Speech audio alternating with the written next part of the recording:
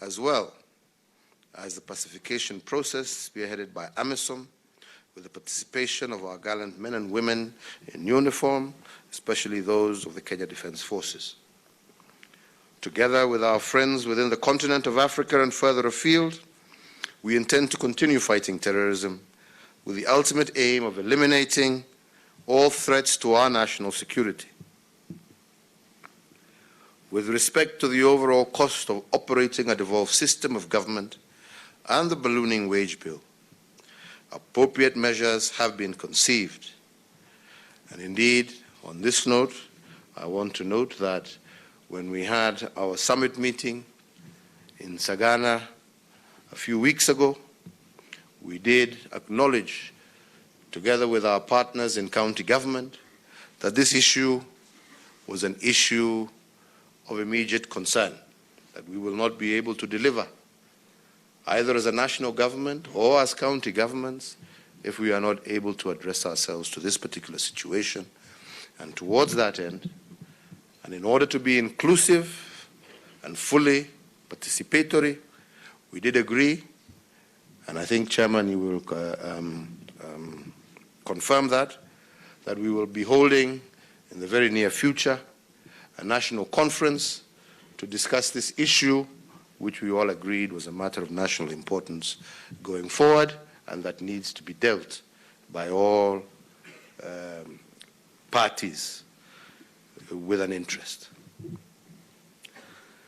Ladies and gentlemen, diversity management for national unity is an ongoing initiative and one that is also very close to my heart.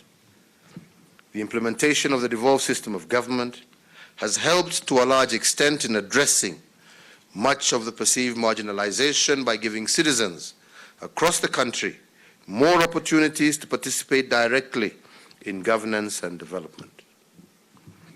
In addition, as I stated earlier, I have also reached out across the political divide, and we have come up with an initiative that we refer to as the Building Bridges Initiative. I believe this has greatly helped bring our people closer together, and I am pleased that Kenyans are increasingly appreciating that while it is acceptable to differ politically, the differences must not be used to divide our people and lure them into cycles of conflict and wasteful polarization. There is indeed, after all, life after elections. Indeed, we are persuaded that elections are the only lawful way to contest for political power, and they must never be used as an excuse to pull the country apart. Ladies and gentlemen, my stand on corruption and the quest for transformative leadership in Kenya, I believe, is by now abundantly clear to all. The fight against corruption and impunity is not, as some will say, a transitory effort. Strong action against the culprits will become a way of life in our society, and the measures in place to check the wanton wastage and leakage of public resources will be integrated into every facet of our public life. We have assumed the whole government approach in the war against corruption, where every state agency and every citizen is encouraged to watch over and protect public property. And to those who come against us in this matter, I don't want to say what I've said before, because that's only going to be the only story. In an effort to address poverty and inequality, we have initiated various funds targeting women, the youth, and vulnerable groups in Kenya. We have also embarked on the implementation of the Big Four agenda, with special focus on critical sectors, notably enhancing manufacturing, food security, universal health coverage, and affordable housing. Poverty and vulnerability amongst our people. They are also vital building blocks in the attainment of Kenya's Vision 2030, as well as the Sustainable Development Goals and Africa's Agenda 2063. Chairperson, let me assure you that as a country, we remain committed to the Africa Peer Review Mechanism, and we are convinced it is for the good of our country and the good of our continent. And in this regard, as a country, we are looking forward to the third review, which I would like to focus on the above 4 issues, plus cross-cutting issues identified in the second review. Emphasis on the extent to which the implementation of the Big Four has positively impacted the day-to-day lives of ordinary Kenyans across the length and breadth of the Republic would also be welcome. Finally, I am pleased to note the efforts being made to cascade the APRM to the counties. County governors have expressed their commitment to peer review and to hold each other accountable in the governance and development of their respective counties. Kenya will be among the first countries to customize the APRM to the second tier of governance, and this, I believe, will foster democratic dialogue between leaders and citizens in pursuit of improved public service.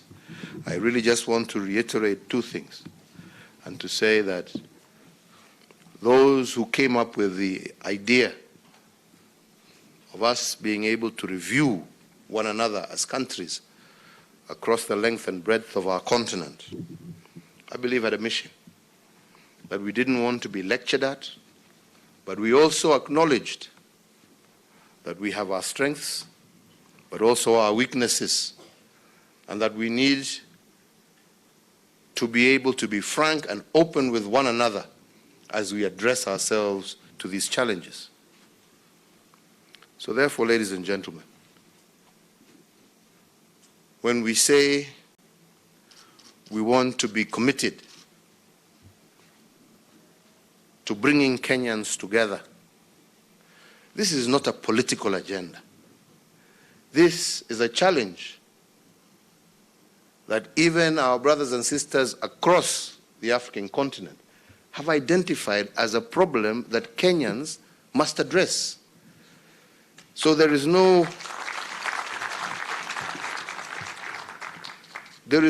political intention of hurting this person or fighting that person or doing this person, but we must come together, because if we can't come together and deal with these challenges, it is going to hurt each and every one of us. So please, and I really beseech our leaders, let us stop. Let us stop politicizing nothing. This is a challenge that we have as a country and as a people, and we can only address it together. Yeah? We can only address it together. Right? So it's not Uhuru trying to impose something. Our own colleagues, our own brothers and sisters, they have seen what our division and our politicization of politics and our tribal divisions, they have seen what it has cost us. They are encouraging us to find a formula to solve it. Jameni, find something else to do on weekends, my brothers and sisters. Yeah? You know, please. Yeah? The second, again, is not me, right? Corruption has been identified as, again, a major stumbling block towards Kenya achieving prosperity, equality, and becoming a truly middle-income country. Again, there is no politics there. We have worked together on this with many already in this room, others outside this room. Let us allow the agencies to do their work.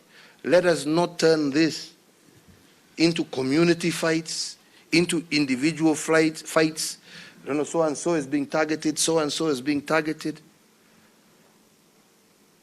We must deal with corruption.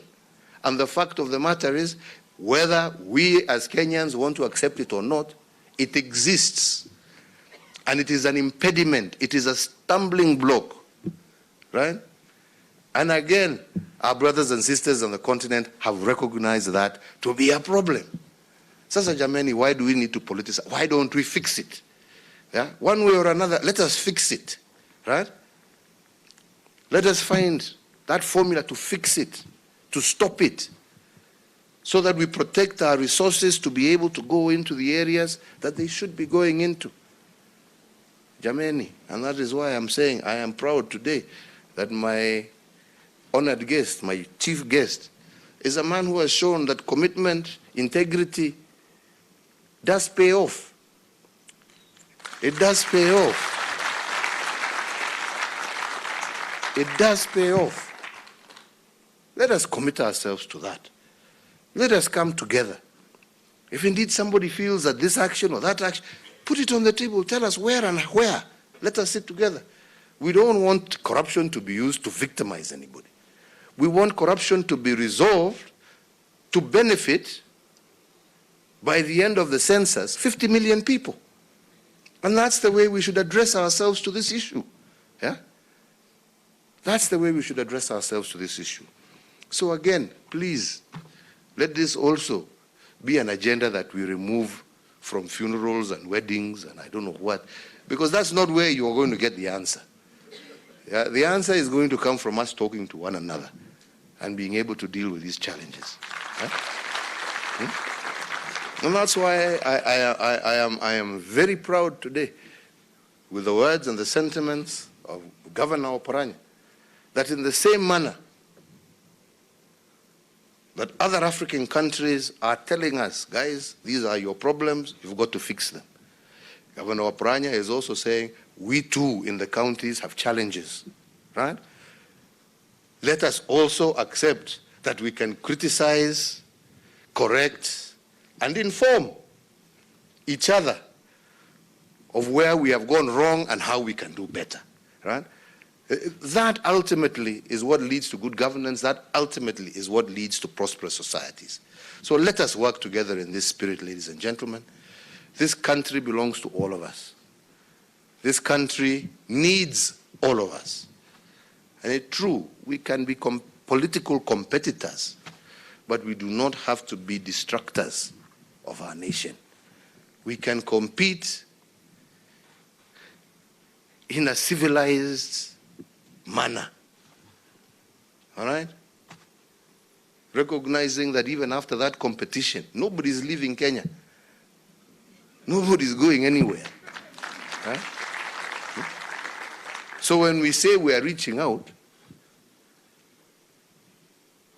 how do you expect me to say that I am governing if I don't reach out to the 45, 46, whatever percent, or 48 people, whatever they decide? Yeah?